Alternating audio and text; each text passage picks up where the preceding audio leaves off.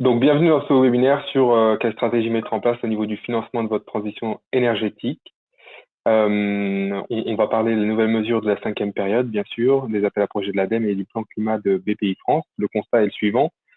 Faire financer sa transition énergétique nécessite des accompagnements d'experts, très souvent, puisque c'est assez pointilleux, afin d'identifier et mettre en œuvre de multiples dispositifs qui sont articulables entre eux. On le verra juste après avec l'ADEME et BPI.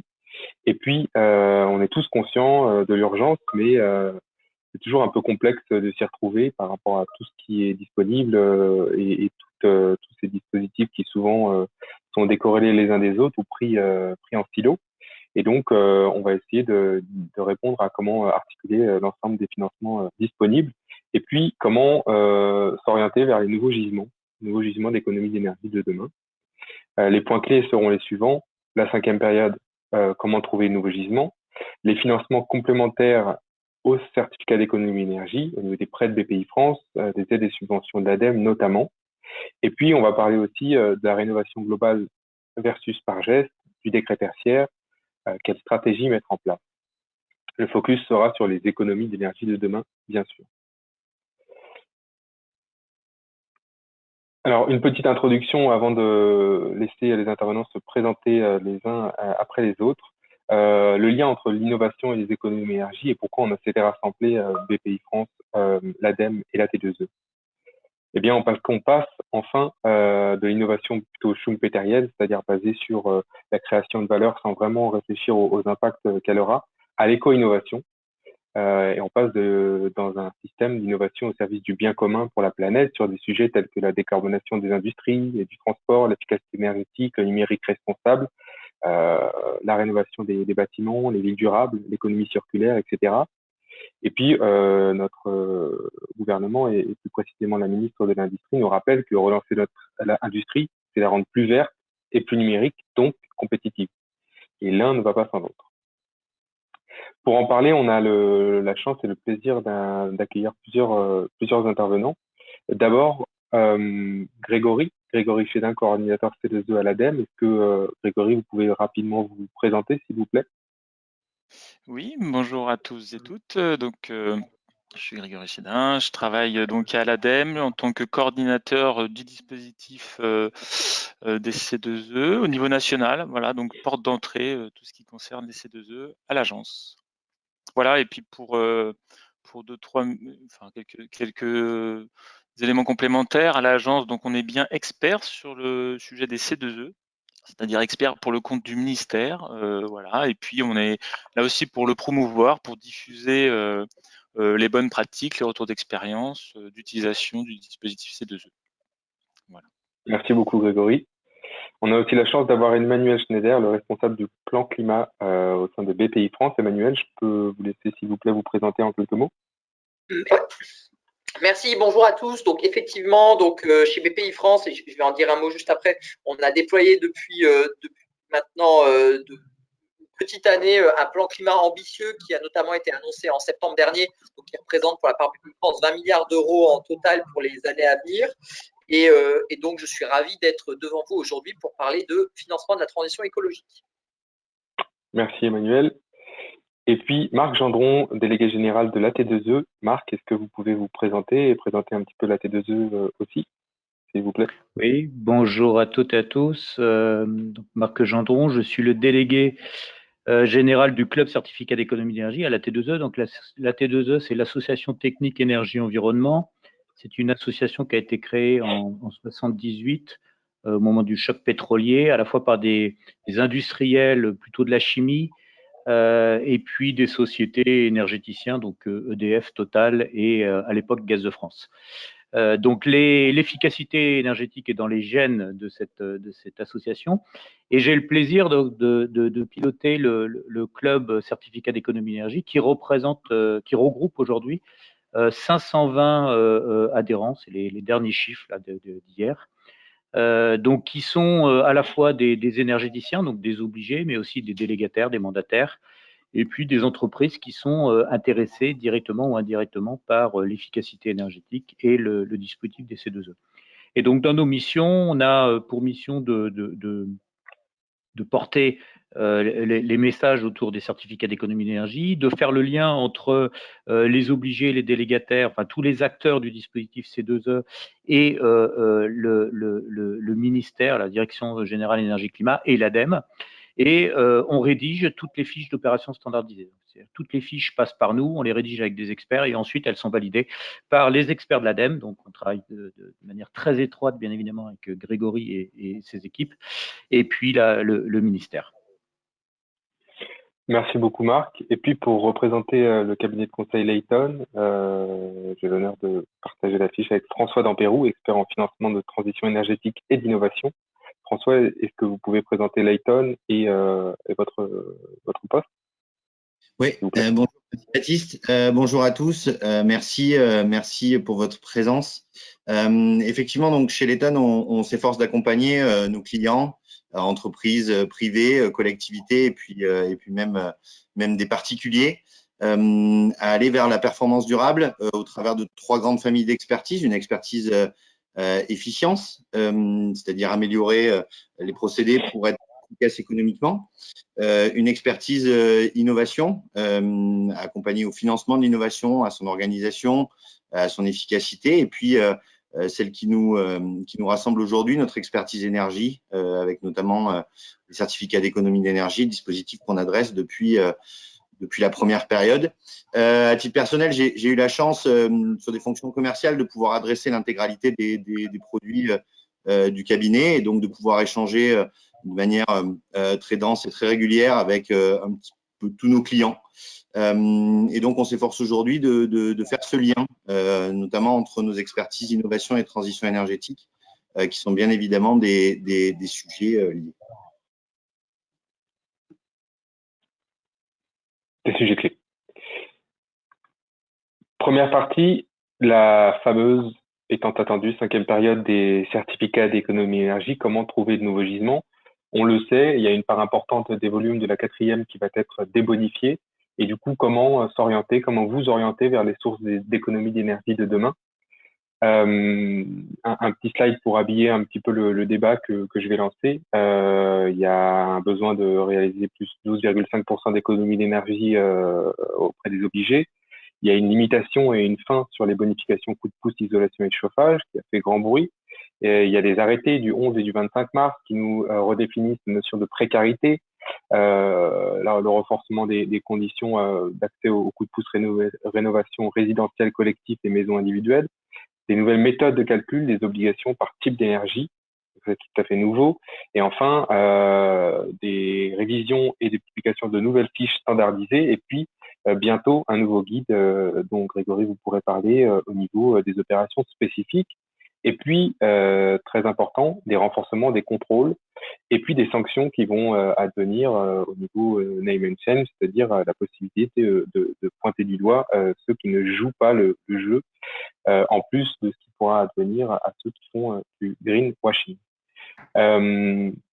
Sur ce sujet-là, messieurs, Grégory notamment en premier, quel est votre point de vue sur cette 5e période des C2E? Quels sont vos constats avant de passer à vos recommandations dans la seconde partie?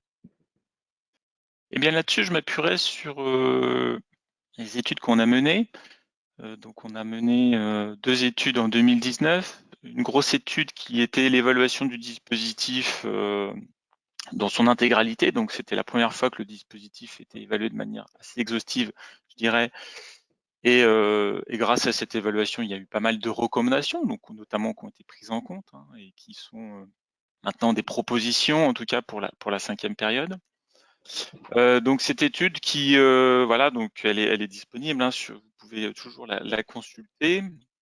Mais également la deuxième qui est sur l'étude des gisements, donc c'est celle-ci sur laquelle je vais plutôt parler, puisqu'on parle de gisements. Quel nouveau gisement accessible en 5e période, avec tous les constats que vous venez d'énumérer.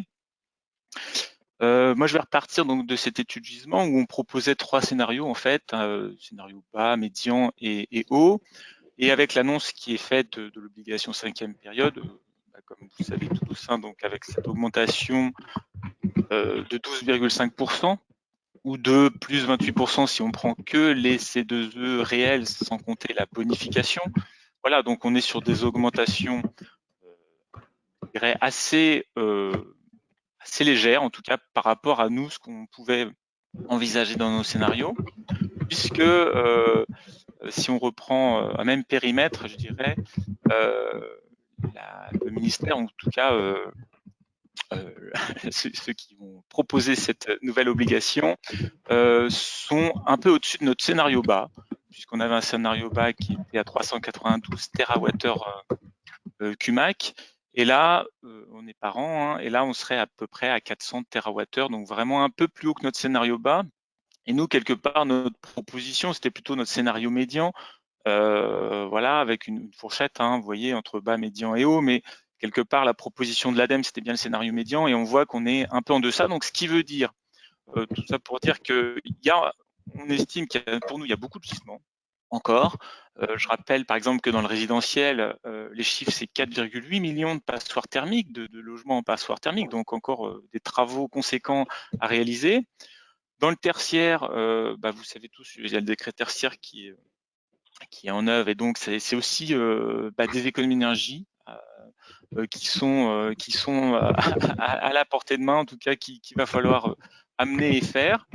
Sur l'industrie, alors il y a tout le volet de décarbonation de l'industrie, j'y reviendrai tout à l'heure avec nos aides, mais on sait également que maintenant le système, le dispositif C2E s'ouvre au site UETS depuis 2019, et on sait que c'est aussi des gisements conséquents, qui a priori seraient de 200 TWh CUMAC sur 10 ans, donc ça fait 20 par an de plus de gisements accessibles pour la cinquième période, puisque quelque part, les sites UTS n'ont pas encore déposé vraiment de dossier, ça va vraiment plutôt être pour la cinquième période. Voilà.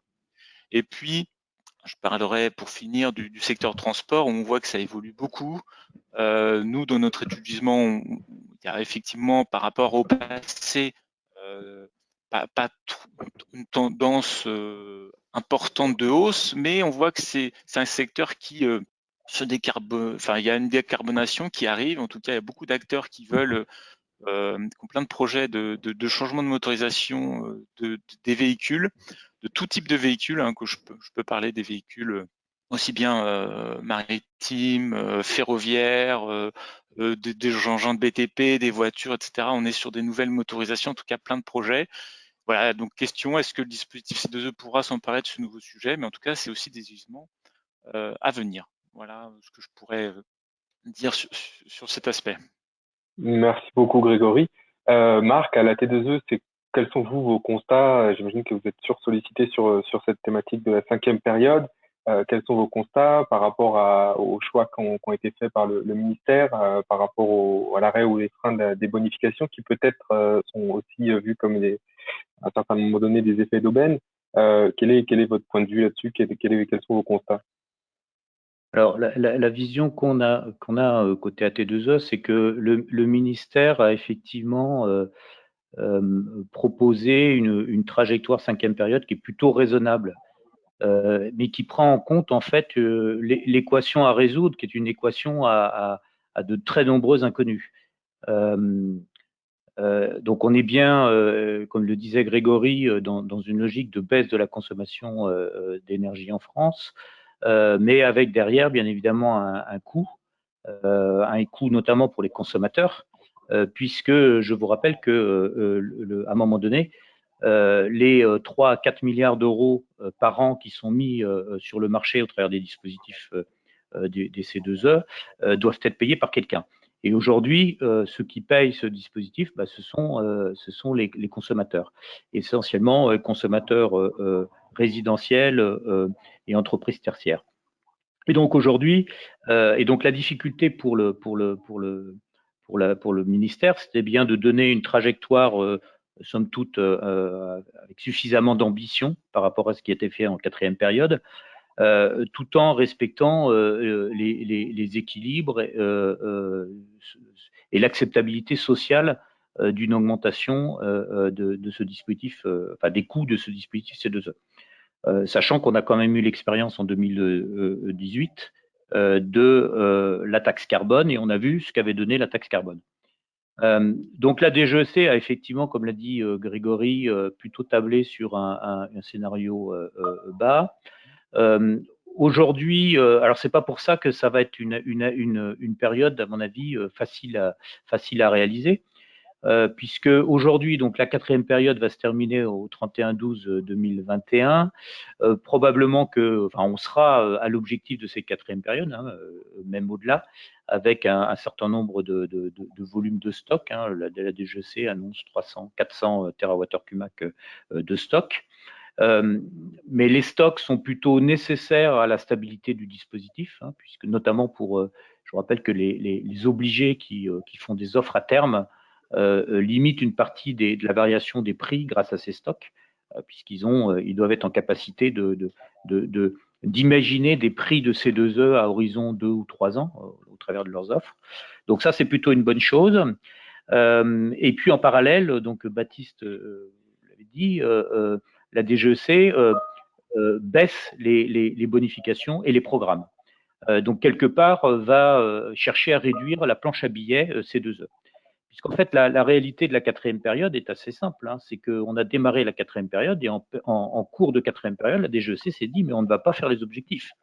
Et donc, on a lancé la planche à billets en faisant des C2E fictifs au travers des bonifications et des programmes. Avec, vous le disiez Baptiste, toutes les déviances, bien évidemment, de cela, et notamment des abus, des effets d'aubaine, etc., etc.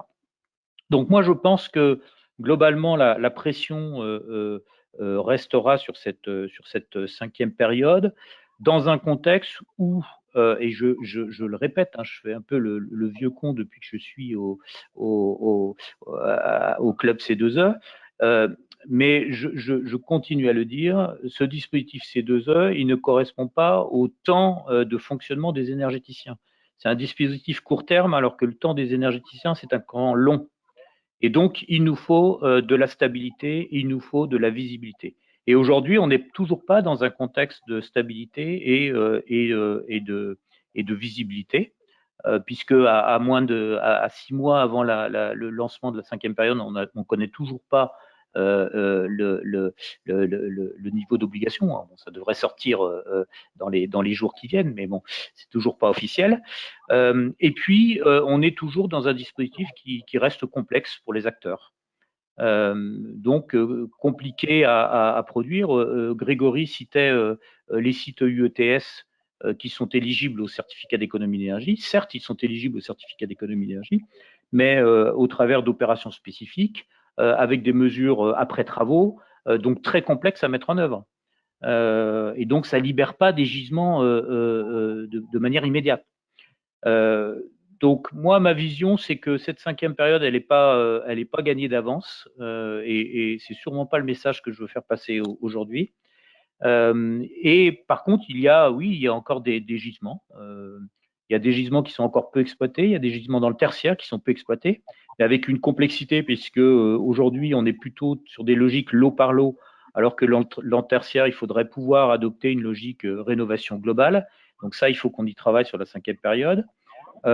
Sur le transport, il y a des sujets qui sont certes importants, mais qui sont essentiellement des sujets de substitution d'énergie, moins de baisse de consommation d'énergie. Et puis sur l'industrie, il reste encore des gisements, notamment sur la chaleur fatale et sur la décarbonation de l'industrie. Donc il faut y travailler. Et puis sur le résidentiel, bien évidemment, là encore, il y a beaucoup de choses à faire. Probablement à travailler un peu plus, là encore, sur de la rénovation globale plutôt que sur du lot par lot. À ce titre, on a décidé en cohérence, enfin en coordination avec Grégory de l'ADEME de lancer une étude sur la rénovation globale en résidentiel pour essayer de voir les modèles d'affaires, la chaîne de valeur de cette rénovation globale pour bien comprendre comment ça fonctionne, de manière à éclairer les acteurs, à les aider à mettre en place ce type de dispositif. Très clair. Merci beaucoup. François, comme vous le disiez en introduction, chez Layton, on a la chance de travailler depuis une bonne vingtaine d'années sur la thématique des transitions. On a aussi la chance d'avoir des clients qui sont très éclectiques, des obligés, des mairies, des partenaires de la rénovation du bâtiment. Quel regard vous portez sur cette 5e période? Quel constat vous faites? Est-ce que nos clients connaissent ce dispositif? Est-ce qu'il y a un travail d'évangélisation toujours à prévoir? Et puis, on a eu une première question sur le domaine agro et agri. Quid des gisements sur cette thématique-là? Alors, sur le premier point, nous, effectivement, on a la chance de pouvoir adresser tous les types d'acteurs, tous les secteurs d'activité, qu'il s'agisse du privé, du public. Ce qu'on constate, en fait, c'est que il y a encore effectivement un gros travail de communication, de compréhension du dispositif, de compréhension de son fonctionnement, d'automatisation pour des directeurs financiers, pour des directeurs achats, de gens qui vont consentir des investissements, de prendre ce pli, de faire appel à des acteurs des certificats d'économie d'énergie et de venir avoir des investissements plus ambitieux ou plus tôt, plus efficaces, plus vite grâce aux certificats d'économie d'énergie. Donc, clairement, il y a un gisement qui est un gisement de communication, de montée en compétences, d'habitude sur le dispositif. Le secteur agricole, alors effectivement, au travers de nos activités, on les rencontre régulièrement. On se rend compte qu'il est en transformation, dans une phase de transformation importante. Ça devrait générer certainement au cours de la 5e période un certain nombre d'investissements qui généreront des économies d'énergie. Certainement au travers de fiches standardisées, mais également des opérations spécifiques. Donc voilà, effectivement, la 5e période, il y aura un étalement plus important des montants. Et donc, il va falloir également travailler sur des solutions innovantes, des nouvelles fiches, des nouvelles opérations pour pouvoir atteindre les objectifs. Peut-être, messieurs, sur la question qui a été posée sur le domaine agricole en termes de gisement C2E, est-ce que vous avez un regard à apporter là-dessus? Moi, je peux juste donner quelques. Alors, après Grégory, je pense qu'il pourra donner parce que sur le gisement, il l'a mis en œuvre. Le vrai sujet du monde agricole, il est assez simple. C'est à peu près 400 000 agriculteurs en France, extrêmement difficile à toucher. Puisque quand vous voulez faire des opérations chez les agriculteurs, bah, ça veut dire aller dans les fermes, aller sur place, c'est très compliqué. Et le vrai sujet du monde agricole, il est là. C'est-à-dire, quel acteur est en capacité de mettre en place des actions d'économie d'énergie chez chacun des agriculteurs. C'est très, très compliqué, très coûteux. Donc, la seule solution pour s'en sortir, c'est de travailler par des réseaux. Je pense aux coopératives ou des choses comme ça. Et toutes les fiches qui effectivement fonctionnent dans le monde agricole, ce sont essentiellement des fiches qui sont relayées justement par des réseaux d'agriculteurs ou des coopératives. Donc, je pense à des fiches autour de récupération de chaleur sur Tancalais, où là, effectivement, il y a des choses qui sont faites parce que les coopératives accompagnent les agriculteurs, portent les dossiers et sont en capacité de monter sur le plan administratif les dossiers. Ça, c'est un peu globalement le premier point. Le deuxième point sur le monde de le monde agricole, il faut avoir en tête que les volumes d'énergie sur le monde agricole, globalement, vous avez assez peu d'électricité et de gaz, on doit être autour des 11 TWh d'électricité et gaz, et le restant, c'est le fuel du gasoil. Enfin, c'est le fuel du tracteur, pardon, le gasoil du tracteur, je vais y arriver. Donc, le vrai sujet, en fait, dans le monde agricole, c'est ça.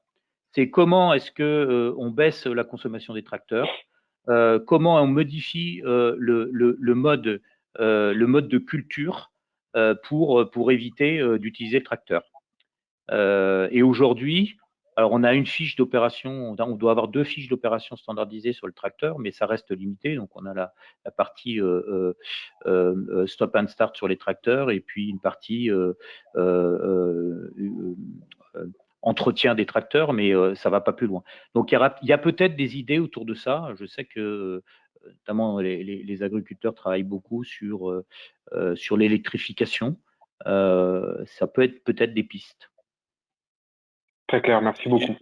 Juste pour compléter sur les gisements, nous on avait estimé qu'il y a à peu près 10 TWh CUMAC par an de gisements sur l'agriculture, mais ce qui est un faible secteur en termes de volume global par rapport au dispositif. Et, je suis tout à fait en phase avec ce qu'a dit Marc. C'est quand même un secteur, voilà, c'est pas évident de mobiliser. Donc, les secteurs les plus dynamiques en fait en agriculture sont les secteurs des serres. Et je pense notamment avec nos amis bretons, les serres de tomates, donc tout le groupe Savéol et tout ça, qui ont vraiment pris le sujet à bras-le-corps et qui sont très avancés sur l'efficacité énergétique. Le secteur de l'élevage, parce que vous avez pas mal de ventilation, de la motorisation. Et puis c'est à peu près tout, quoi. À la marge, l'irrigation, parce que vous avez du pompage, mais qui en plus de ça est très saisonnier. Merci beaucoup. On passe dans la deuxième partie, donc les financements alternatifs ou complémentaires plutôt au certificat d'économie d'énergie. Et quel lien faire entre l'innovation et les économies d'énergie? Comment accompagner la mise sur le marché de solutions innovantes à vocation d'accélérer la transition énergétique? Emmanuel, chez BPI France, est-ce que vous pouvez un petit peu nous expliquer ce que c'est le plan climat, quelles solutions vous proposez? On voit qu'il y a pas mal de projets qui sont lancés, pas mal de projets même avec l'ADEME, pas mal de compléments prévus ou envisageables avec les certificats d'économie d'énergie. Quel est un peu, vous, votre positionnement chez BPI France sur le plan climat? Merci. Donc effectivement, nous, de côté plan climat, on adresse 3 types on va dire de catégories d'entreprises, même si la frontière n'est pas aussi claire toujours que cela. On adresse, premièrement, on a un plan d'action en faveur des offreurs de solutions, c'est-à-dire toutes les entreprises qui veulent développer des solutions favorisant la transition écologique de tiers, de leurs clients, d'autres entreprises ou des consommateurs. Et donc là, pour ce faire, effectivement, je vois notamment qu'il mentionnait le PIA. Nous, dans le cadre notamment de l'opération, du rôle d'opérateur du PIA, on a décidé de renforcer nos moyens autour du financement de ce qu'on appelle chez nous les green tech, c'est-à-dire toutes les entreprises qui développent des technologies qui vont permettre du coup aux autres entreprises ou aux consommateurs de réduire leurs émissions de gaz à effet de serre, de valoriser leurs déchets, d'être plus efficaces dans la consommation de matières premières ou la consommation d'énergie, notamment de réduire l'impact sur la biodiversité, leur pollution, etc., etc. Donc là, on a un plan d'action global qui vise à financer ce type d'entreprise à tout stade de maturité, c'est-à-dire à la fois pour les startups en phase d'amorçage, également pour les startups PME qui ont des problématiques d'industrialisation importantes lorsqu'elles développent des produits ou services à finalisation, on va dire green, et aussi leur passage à l'échelle et leur accélération. Là, on a des dispositifs aussi de financement sur lesquels je vais revenir, que ce soit en France ou à l'export.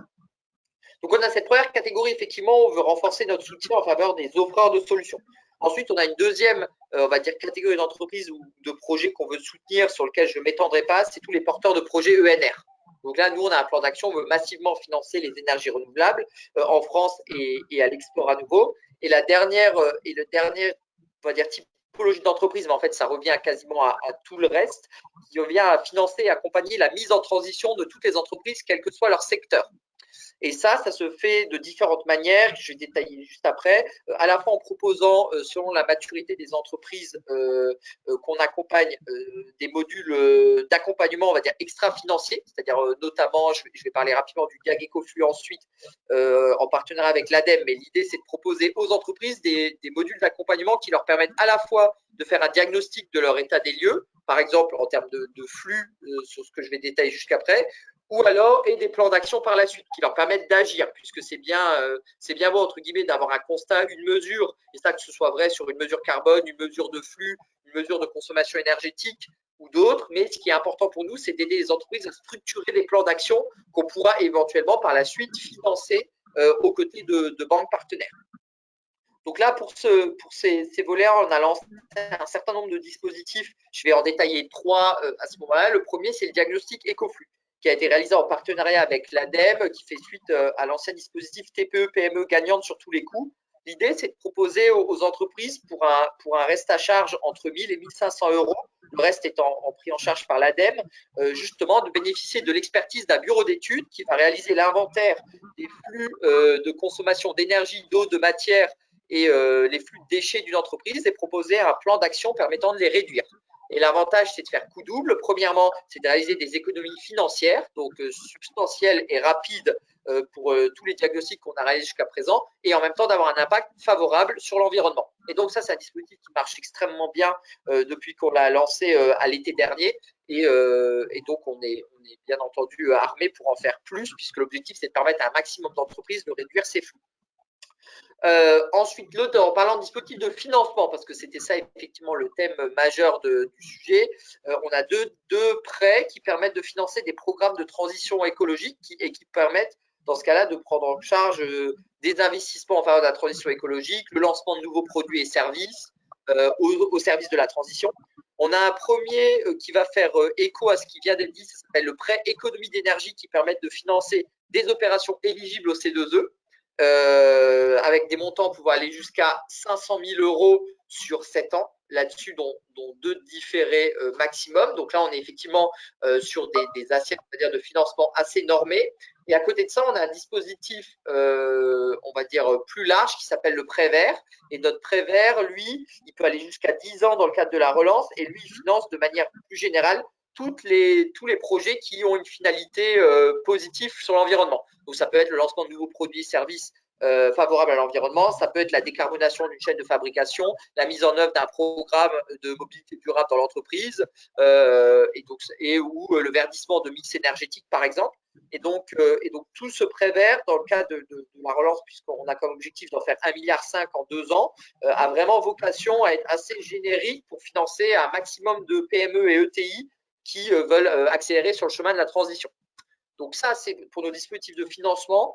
Et on va dire la troisième catégorie de dispositifs que je vais rapidement mentionner, c'est le VTE vert qui est aussi en lien avec l'ADEME, qui est un dispositif effectivement, je vais dire plus d'accompagnement, enfin, c'est un mix entre accompagnement et financement, puisqu'il s'appelle le VTE vert. Le VTE, en fait, c'est le volontariat territorial en entreprise.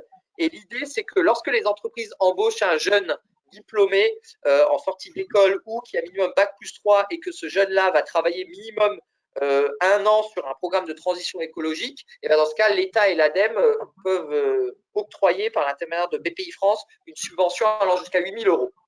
Et donc voilà, donc l'intégralité de ces dispositifs-là, plus d'autres, mais que je ne détaillerai pas forcément à ce stade, et des moyens que l'État nous donne, c'est de financer et accompagner massivement toutes les entreprises sur le chemin de la transition écologique. On a de plus en plus de dispositifs communs avec l'ADEME, naturellement, puisque l'ADEME a une expertise, comme ça a été rappelé, historique sur ces questions, et que nous, on essaye du coup de diffuser aussi ce savoir, cette connaissance et cette capacité d'action à un maximum d'entreprises. Donc, le seul conseil que je peux vous donner, c'est n'hésitez pas à vous rapprocher de votre antenne BPI France locale. Il y a un site qui s'appelle BPI France en ligne qui vous permet d'entrer en relation selon votre territoire très rapidement avec un chargé d'affaires et il pourra vous présenter les dispositifs adaptés à vos besoins. Voilà pour moi. Merci beaucoup. On reviendra après sur le projet du coq vert et tout ce qui va avec dans les slides suivants. À l'ADEME, Grégory, comment vous pouvez compléter le propos de Emmanuel chez BPI par rapport notamment au site Agir et au fait que il y a bien plein d'aides qui sont complémentaires au certificat d'économie d'énergie, notamment je pense au fonds chaleur, à l'économie circulaire et quel conseil vous donnez pour le plan de financement autour de l'aide à l'innovation et à l'incitativité autour de projets à vocation green. Tout à fait, oui. Ce que vous évoquez, le fait que maintenant toutes les aides ADEME sont compatibles avec les dispositifs des C2E, et c'est quelque chose sur lesquels c'est une opportunité pour tous les acteurs. Donc, n'hésitez pas à mobiliser les 2 systèmes d'aide. Alors, j'aurais besoin peut-être de 2-3 heures pour présenter toutes les aides de l'agence, donc je vais peut-être pas faire ça, mais de manière globale. Et surtout, je vais vous donner un lien très pratique. On a mis en place une plateforme dont je vais en parler. Mais d'abord, quelques grands éléments sur les types d'aides. Il a été évoqué, mais à travers donc France Relance, nous on a des aides sur la décarbonation de l'industrie. On a un nouveau guichet récent qui s'appelle le tremplin pour la transition écologique des PME. Donc ça, c'est une aide destinée à toutes les TPE et PME et voilà, qui finance tous les projets de transition écologique.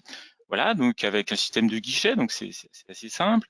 Il y a évidemment nos grands fonds qui datent maintenant et que tout le monde connaît normalement, j'espère, donc le fonds chaleur, le fonds déchets qui est maintenant le fonds économie circulaire. Voilà, donc fonds chaleur, on est vraiment là sur tout un ensemble de technologies qui visent à maîtriser et optimiser la production de chaleur et de froid, que ce soit donc dans la biomasse, les réseaux de chaleur, le solaire thermique, la géothermie, la méthanisation, la récupération de chaleur renouvelable. Voilà, donc il y a beaucoup de choses.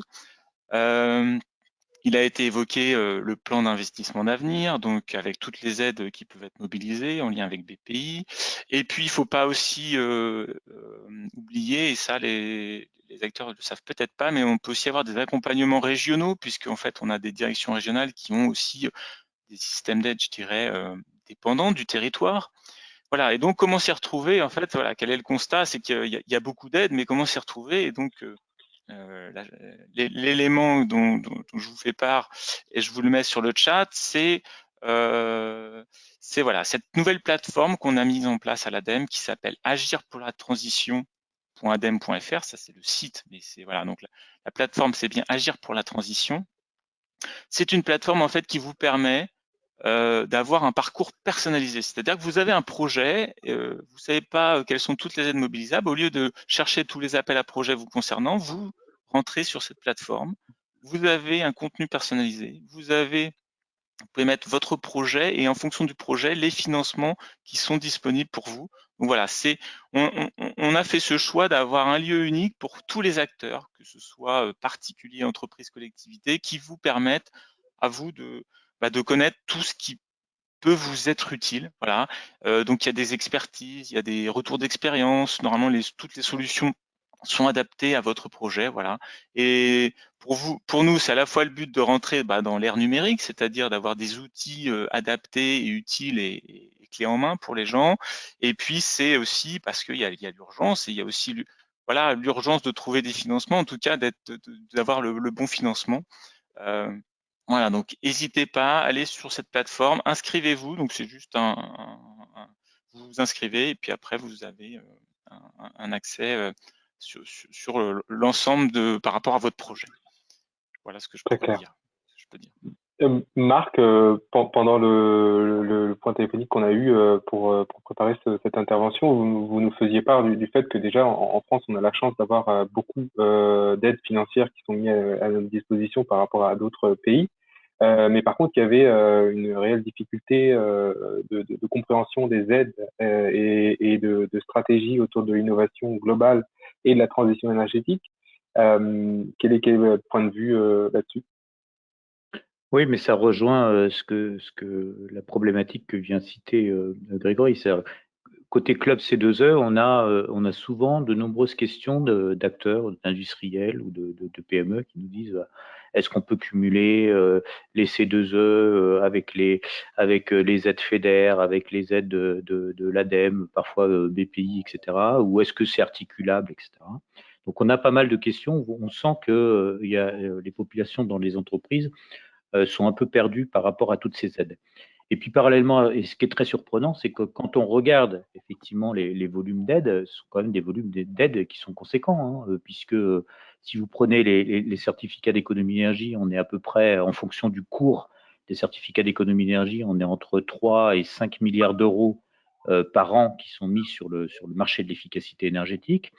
Si je prends les aides de l'ADEME, je parle sous le contrôle de Grégory, on ne doit pas être loin des 600 millions d'euros par an sur la période au moins 2020, 2021, 2022, puisqu'on est autour de 1,7 milliard d'euros qui sont mis en place sur l'accompagnement justement de tous ces sujets, décarbonation, efficacité énergétique, etc., fonds chaleur, plus les aides là que vient de nous décrire Emmanuel Schneider avec des montants là encore conséquents, alors qui sont certes, il y a une partie de prêts, mais ça fait partie des aides financières qui sont disponibles. Donc le vrai sujet pour moi, c'est pas la disponibilité des fonds. Les fonds, ils sont présents en France. Le vrai sujet, c'est comment est-ce que, en tant que chef d'entreprise, je suis en capacité de mettre en place un plan stratégique d'innovation dans lequel je vais ensuite aller, que je vais aller financer au travers des différentes aides. C'est ça pour moi le vrai sujet. Et je pense, et ma recommandation, c'est plutôt de dire ne traitez pas le sujet en silo, c'est-à-dire ayez une vision plutôt globale au niveau de l'entreprise, et puis ensuite allez chercher les bons objets, les bons modules vous permettant de venir financer votre ambition globale. Très clair.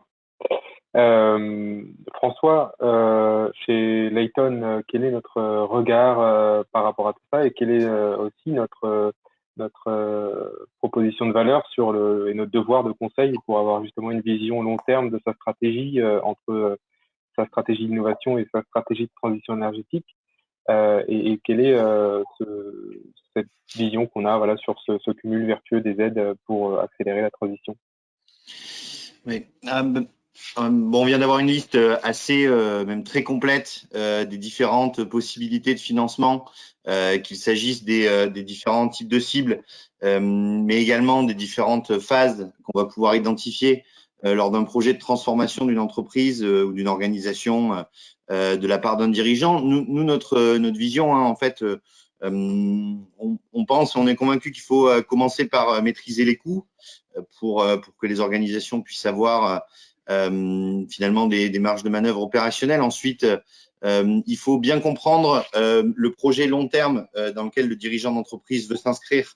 Quelles sont ses phases, quels sont ses besoins, quelles solutions il va pouvoir trouver sur une étagère et puis sur quelles solutions ils vont devoir travailler en propre pour modifier un processus industriel ou travailler sur une organisation, travailler sur une manière de travailler, etc. pour limiter son impact environnemental. Et puis une fois qu'on a compris ça, eh bien il faut arriver à comprendre, à identifier les bonnes pistes de financement. Vous l'avez vu, hein, elles existent forcément. Vous soyez une PME, un grand groupe, une ETI, une collectivité, que vous en soyez dans une phase très avancée de transition ou peut-être un peu moins mature. Donc tout le travail qu'on s'efforce de faire chez Layton, c'est effectivement de comprendre ce projet et puis de venir effectivement accompagner à l'articulation de toutes ces solutions qui sont multiples, qui existent, qui sont ambitieuses, qui ont des montants importants. Voilà. Et puis évidemment accompagner à financer l'innovation, à financer les investissements, à financer les travaux et à avancer vers cette transition énergétique nécessaire.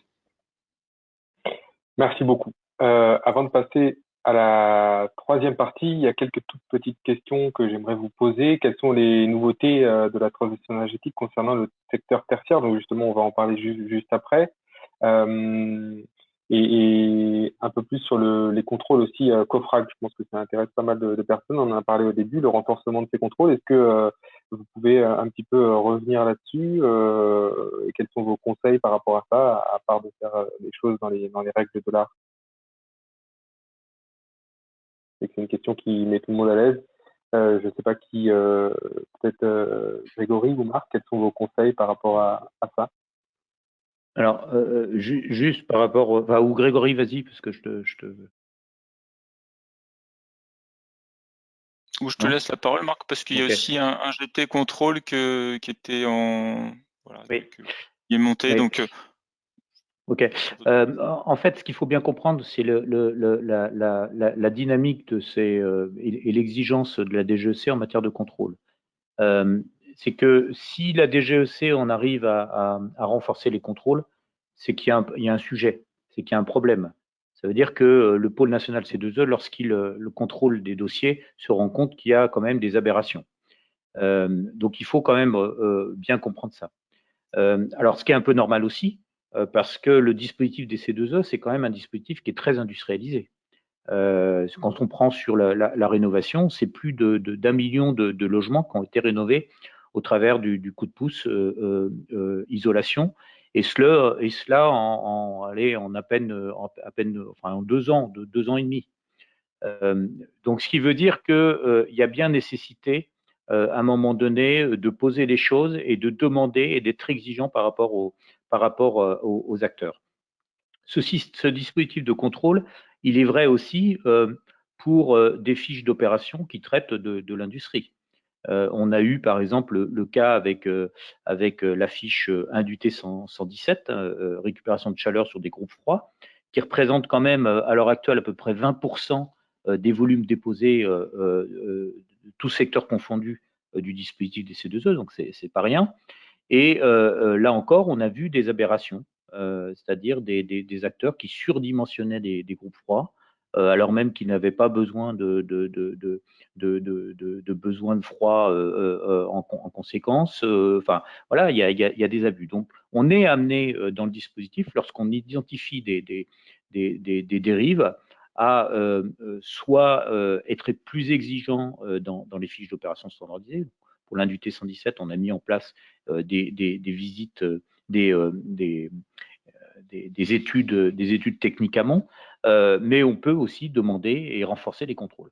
Donc les contrôles, ils sont effectivement essentiels dans le dispositif.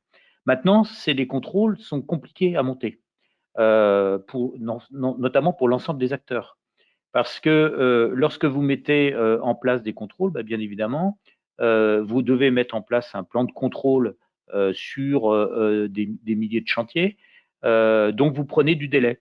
Et quand vous prenez du délai, lorsque des artisans ont avancé le coût des travaux auprès des particuliers, c'est de la trésorerie qui est dehors. Donc tout ça crée une pression très forte dans le dispositif C2E. Donc il y a plusieurs composantes dans cette logique de contrôle. Il y a cette logique économique, purement économique. Il y a cette logique de délai de traitement des dossiers. Et puis il y a la logique purement technique. Et Grégory le signalait. On a décidé sur 2021 de mettre en place un groupe de travail contrôle avec des adhérents qui sont adhérents au club C2E et qui sont sociétés de contrôle, pour les aider à partager ensemble sur des bonnes pratiques de contrôle, et puis pour bien évidemment les mettre en face des énergéticiens, délégataires, mandataires, pour voir si ce qu'ils proposent peuvent être intéressants ou pas. Et donc on a mis en place ce GT Contrôle là, qui va démarrer sur mai-juin, avec notamment l'association qui s'occupe des sociétés de contrôle, qui avait déjà lancé des travaux avec la DGEC. Et donc, on va travailler de manière conjointe on a 2 GT là qui sont programmés pour voir comment on peut arriver à des sortes de cahiers des charges de contrôle, avec des aides en fait qui permettent à tout le monde de s'y retrouver par rapport au contrôle. Alors le sujet est compliqué, je prendrai qu'un exemple. Comment est-ce que vous allez contrôler la qualité d'une isolation technique par l'extérieur, alors même que l'isolation technique par l'extérieur est complètement finalisée? Donc comment vous allez être en capacité de voir si les plaques d'isolant sont bien collées, alors même que vous avez un revêtement à l'extérieur? Enfin, il y a plein de choses comme ça sur lesquelles on est sans cesse questionné. Donc je pense qu'on va, ce sujet-là, on va le prendre, et c'est probablement un des grands sujets de la 5e période. Ouais. Alors, merci beaucoup. Comme le temps presse, on va passer à la dernière partie, et toutes les questions qui ont été posées, je ne manquerai pas de revenir, on manquera pas de revenir vers vous pour y répondre, et j'essaierai de les poser à la fin, même ceux qui peuvent un petit peu déborder sont les bienvenus. Rénovation globale versus par geste, impact du décret tertiaire, quelle stratégie mettre en place? L'idée, c'est d'agir sur l'usage, l'exploitation et les travaux. On a d'abord le rapport Chiel qui est paru il y a peu de temps, qui propose un accompagnement global de l'audit du plan de financement en passant par l'assistance à maîtrise d'ouvrage. Il propose aussi de simplifier et de digitaliser les parcours. Grégory en a un petit peu parlé, mais il s'agit de mettre en relation les ménages et leur écosystème. François pourra aussi en parler sur les initiatives prises par Layton sur ces thématiques-là. Et puis, le fameux reste à charge, comment le diminuer et comment revaloriser les aides à la rénovation globale versus par geste, donc plus l'éco-prêt à taux zéro et le prêt avance mutation plus, sachant qu'à date, il n'y a que 5% des projets de rénovation qui sont réellement efficaces. Donc, on a encore pas mal de travail à faire tous ensemble. Et puis, on a aussi d'un autre côté le fameux décret tertiaire qui demande des efforts drastiques aux acteurs du tertiaire. On en parlera, je vous le présenterai juste après dans un prochain webinaire. Hein, moins 40% d'ici 2030 jusqu'à moins 60% dans quelques années. Et puis, quelle stratégie financière, on en a parlé un petit peu, mais mettre en place pour avoir un cercle vertueux autour des certificats d'économie d'énergie.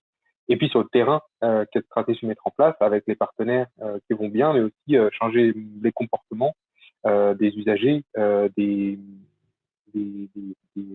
acteurs de cet écosystème tertiaire et comment améliorer, installer, optimiser et adapter.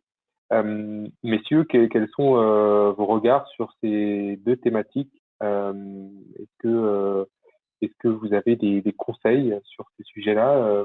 Est-ce que vous avez des conseils concernant la stratégie à mettre en place pour ne pas voir ça comme des contraintes, mais plutôt comme des opportunités? Peut-être Grégory? Bah, oui, en fait, tout est un peu dit dans ce que vous avez déjà dit et la présentation qui est à l'écran. Nous, à l'ADEME, évidemment, le constat d'opération par lot ou par geste, on voit la limite de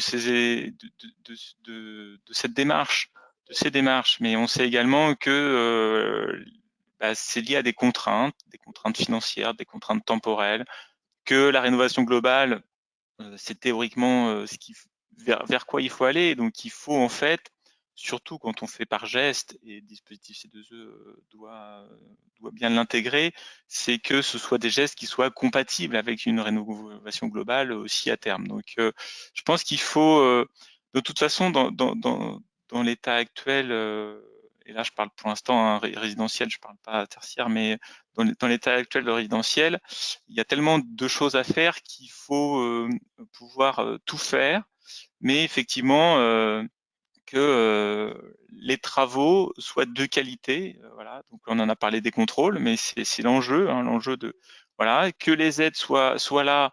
Le dispositif C2E et tout ce dont on a parlé, ça permet aussi d'avoir des restes à charge plus faibles, et notamment quand on est sur des rénovations globales qui coûtent cher. On sait que c'est évidemment le gros frein. Voilà, donc il faut que les aides soient bien présentées et facilement mobilisables. Moi, je rappelle, hein, il y a le programme SAR, Service d'accompagnement à la rénovation énergétique, hein, qui est un programme C2E, mais qui, voilà, où il y a des conseillers des conseillers FER, donc dans le réseau FER, qui aident les particuliers justement à diagnostiquer les travaux à faire, en tout cas à les aider, les accompagner. Donc, il faut aussi mobiliser ces aides-là et pas hésiter. Sur le tertiaire, voilà, effectivement, en fait, il faut vraiment prendre l'opportunité, hein, puisque les travaux d'économie d'énergie, c'est aussi des charges en moins, mais ça, voilà, ce que je dis, c'est d'une banalité, mais c'est quand même à prendre en compte. Et de toute façon, je pense que l'urgence climatique, voilà, si on revient sur vraiment les grands enjeux climatiques, on en a parlé, vous l'avez tous un peu évoqué, et on est tous présents et je pense conscients de ça, mais voilà, l'urgence fait que la transition écologique est pas pour demain, elle est pour aujourd'hui, elle est pour maintenant, et ça, faut le prendre en compte, voilà, et en faire vraiment une opportunité sur son modèle économique, sur son entreprise, sur l'activité qu'on veut mener, ou voilà, en anticipant au maximum, ce que je pourrais dire. François, est-ce que vous pouvez un petit peu expliquer ce que chez Layton on met en place sur le sujet de l'accompagnement des particuliers, notamment l'accompagnement global et même des entreprises sur Gécologie notamment? Oui, tout à fait. Nous, notre conviction, c'est que il y a encore beaucoup d'opportunités pour pouvoir accompagner les particuliers dans la rénovation de leur logement. Il y a eu un certain nombre d'histoires qui ont fait une mauvaise pub, mais globalement, l'essentiel des acteurs font du bon travail. Nous, on a choisi de mettre en œuvre directement les travaux pour les particuliers, également en digitalisant la démarche au travers d'une plateforme qui s'appelle Gécologies. Qui permet aux particuliers de pouvoir mettre en œuvre les travaux, et c'est nous qui en garantissons la qualité de la réalisation, avec évidemment tous les contrôles réglementaires nécessaires, mais également une phase de contrôle supplémentaire qui sont directement réalisés par nos équipes et on suit l'intégralité des travaux pour en garantir la qualité. Et puis pour dynamiser ces démarches-là, on est également convaincu qu'il va falloir s'appuyer sur des acteurs locaux. On croit beaucoup en la collectivité territoriale, donc on met à disposition cette plateforme dans le cadre d'une offre plus globale qui s'appelle Éco-Territoire pour accompagner les collectivités territoriales à mettre en œuvre une solution clé en main opérationnelle pour accompagner les résidents de ces collectivités à transformer leur logement. On croit également beaucoup dans les entreprises. Beaucoup d'entreprises s'engagent aujourd'hui dans des démarches de responsabilité sociale et environnementale. Dans le cadre de ces démarches, je pense qu'une des clés, en fait, c'est d'améliorer la qualité de vie des salariés. Et ça peut passer par la rénovation énergétique de leur logement. Donc, de la même manière, on peut mettre à disposition des plateformes clés en main dans lesquelles on garantit la qualité des travaux et pour accompagner finalement les entreprises gratuitement à améliorer la qualité de vie de leurs salariés au travers de la rénovation énergétique de leur logement, qu'ils soient propriétaires ou locataires. Très clair. Comme le temps presse, j'accélère un tout petit peu. Emmanuel, comment on fait pour passer de contraintes à des opportunités concernant le financement de sa transition énergétique et quels sont vos conseils? Sachant que, excusez-moi avant de vous laisser la parole, les entrepreneurs sont souvent en ce moment un petit peu angoissés sur comment sauver ma trésorerie, comment faire de ma stratégie rester quelque chose de vertueux. Et puis voilà, par rapport à tous ces financements, en même temps les baisses qu'on voit à venir, quels sont vos conseils, le mot de la fin? Merci. Donc effectivement, moi ce que je dirais juste avant le contexte difficile, nous ce qu'on souhaite faire pour ça, c'est pour ça qu'on propose dans nos gammes de prêts en fait des différés plus longs, parce qu'on est bien entendu conscient que à ce stade, à ce jour, les échéances de remboursement peuvent parfois être difficiles pour un certain nombre de PME. Mais par contre, nous, le message qu'on a tenu à faire passer, notamment à travers notre jour E du 6 avril, c'est en fait le message, premièrement, c'est que l'entreprise, et on l'a bien vu aujourd'hui aussi dans ce qu'on a souhaité dire, c'est que ce n'est pas l'ennemi du climat. C'est-à-dire qu'en fait, c'est aussi source de croissance et de différenciation pour l'avenir. Et que notre but, c'est de pouvoir dire aux entreprises qu'on suit qu'en fait, premièrement, c'est possible de le faire, c'est-à-dire que ce n'est pas quelque chose de compliqué. C'est dans ce cadre-ci, enfin, c'est pas quelque chose de compliqué, c'est pas quelque chose d'infaisable, que d'autres entreprises l'ont fait, et c'est dans ce cadre-ci aussi qu'on a lancé la communauté du Coq Vert qui vise à rassembler un maximum d'entreprises qui sont engagées et concernées par les thématiques de transition écologique pour aussi qu'elles puissent partager des bonnes pratiques, s'inspirer mutuellement et voilà, et s'entraider dans cette voie, puisqu'on sait que c'est une affaire de tous et qu'il sera important de travailler tous ensemble pour créer des contenus pédagogiques pour savoir quelle action mener en priorité selon son secteur, pour construire les modules d'accompagnement pertinents par la suite. Et c'est un travail sur lequel tout le groupe est on va dire concerné chez nous, puisque notre projet de Banque du Climat, c'est devenu notre projet principal pour les années à venir. Donc, on souhaite s'engager très fortement. Et c'est notamment dans ce cadre-ci que l'ADEME est un partenaire incontournable pour nous. Très clair. Marc, vous, vos conseils par rapport à cette thématique et comment je fais pour sauver ma trésorerie et engager ma transition énergétique de manière plus efficace? J'ai assez peu de, j'ai pas vraiment de conseils là-dessus. Je pense que c'est un peu ce que je disais précédemment. Je pense qu'il faut adopter des visions un peu globales, c'est-à-dire parfois dans les C2E, on voit des acteurs qui mettent en place des C2E parce qu'il y a du financement. Alors c'est toujours un peu surprenant, quoi. Je pense que le financement vient aider à une stratégie globale de l'entreprise. Et donc, il faut d'abord penser sa stratégie, ses évolutions, ses solutions pour réduire la consommation d'énergie et ensuite aller voir les financements qui sont possibles. J'ai quand même un peu de tendance, enfin, on a quand même parfois l'impression qu'on met la charrue avant les bœufs, pour reprendre une image un peu agricole.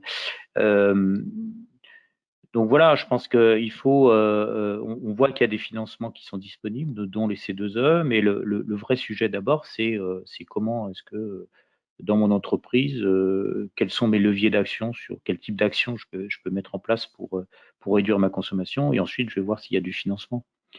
Ça, c'est vraiment pour moi essentiel. Ensuite, sur globalement la cinquième période, en fait, les pistes, à mon avis, qui restent à regarder, c'est des pistes de rendre plus visibles les dispositifs, hein, que ce soit les dispositifs C2E que les aides de l'ADEME. Donc là, Grégory nous a fait part justement du fait qu'il y avait des outils de communication pour accélérer ça. Il y a la nécessité de la part des pouvoirs publics d'adopter plus de stabilité dans leurs dispositifs. 2020 et 2021, on a enchaîné quand même les arrêtés C2E avec des arrêtés C2E qui n'étaient pas toujours très simples à comprendre, honnêtement. Enfin, moi, je suis un peu au milieu au milieu de la bagarre là. C'est quand même assez critique parfois pour nous. Et puis, dernier point, c'est plus de simplicité. Il faut revenir à des choses simples, basiques, en se mettant à la place des bénéficiaires et essayer de voir comment ils peuvent prendre des décisions rapidement, facilement et financer facilement leur projet. Alors, il y a des choses qui sont déjà engagées, hein. Il y a eu une mission en septembre de la direction interministérielle de la transformation publique qui a fait un très beau travail sur des voies de simplification qui vont donc déboucher sur des propositions là, pour mise en place sur la cinquième période. Mais voilà, donc il y a encore du travail sur ces sujets. Très clair, merci beaucoup. Moi, personnellement, j'ai encore un peu de travail sur l'orthographe, parce que je suis désolé de cette petite coquille ici en haut à gauche, que vous avez peut-être remarqué. François, ce cercle vertueux d'innovation vers le durable, est-ce que vous pouvez un petit peu nous le commenter? Oui, c'est relativement en ligne avec ce qu'on s'est dit jusque-là, hein. Vraiment, en fait, nous, ce qu'on conseille aux organisations avec qui on a la chance de travailler, c'est d'abord commencer par maîtriser ses coûts. Les coûts environnementaux, c'est d'abord son coût d'approvisionnement, mais également la fiscalité qui y est associée, qu'il s'agisse de la fourniture, de la fiscalité qui est liée à la fourniture d'énergie, mais également aux déchets. On travaille beaucoup en ce moment sur la fiscalité des déchets et les coûts inhérents aux déchets et l'économie circulaire notamment. L'idée, c'est quoi? C'est en maîtrisant les coûts d'avoir des marges de manœuvre financières dans son activité. Ensuite, comprendre être conscient de ses particularités, conscient de son activité, de son emplacement géographique, de ses possibilités d'évolution, des évolutions de son secteur, de ce qu'il va falloir mettre en œuvre, réaliser des audits pour bien comprendre dans quelle direction on peut aller et définir celle dans laquelle on veut aller. Ensuite, c'est utiliser des solutions innovantes. On vous communiquera plus d'éléments sur ce sujet-là à la fin du mois de mai, mais on a travaillé sur un grand baromètre des activités d'innovation et de R&D et vous verrez que l'environnement est un sujet extrêmement au centre des activités de R&D en France. Donc, il faut penser également aux solutions innovantes. Et puis, lorsqu'on a identifié les bonnes solutions, la stratégie, la mise en œuvre, savoir articuler, mettre en œuvre, optimiser l'utilisation de l'intégralité des solutions de financement. L'idée, c'est quoi? C'est une solution d'économie d'énergie. Fatalement, elle a forcément un temps de retour sur investissement. Donc, pour les C2E, c'est toujours plus de 3 ans, mais ça peut être 4, 5, 6, 7. Lorsqu'on met en œuvre des solutions de financement, finalement, on diminue le temps de retour sur investissement. Donc, on vient plutôt recouvrer ses capacités d'investissement au travers des économies engendrées. Et donc, on peut initier un nouveau cycle d'investissement sur la base de ces nouvelles capacités de ces nouvelles marges de manœuvre financières engendrées et recommencer cette boucle qui, je crois, on devra réaliser un certain nombre de fois dans les prochaines années.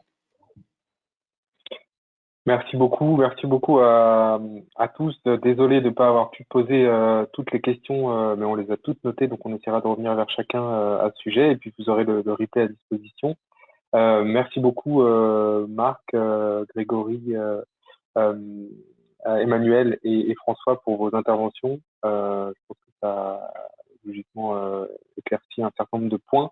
On vous donne rendez-vous ici dans nos prochains rendez-vous. N'hésitez pas à nous suivre sur les réseaux sociaux justement pour pas les manquer. Et puis, entre mai et juillet, on va essayer de lancer un challenge d'Open Innovation sur 4 grandes thématiques, justement pour un petit peu laisser place à l'action et proposer des projets innovants. Donc, n'hésitez pas aussi, quand vous verrez passer ça, à éventuellement candidater. Je pense notamment à IPCube là, qui a posé une question et qui pourrait tout à fait rentrer dans cette thématique-là. Donc voilà, suivez-nous sur les réseaux sociaux. On vous envoie dès que possible le replay. Merci beaucoup à tous d'avoir pris cette heure et d'avoir un petit peu débordé. Et merci beaucoup aux intervenants d'avoir pris le temps de témoigner et de donner des conseils précieux. Excellente fin de semaine à tous et puis à très bientôt pour un nouveau webinaire.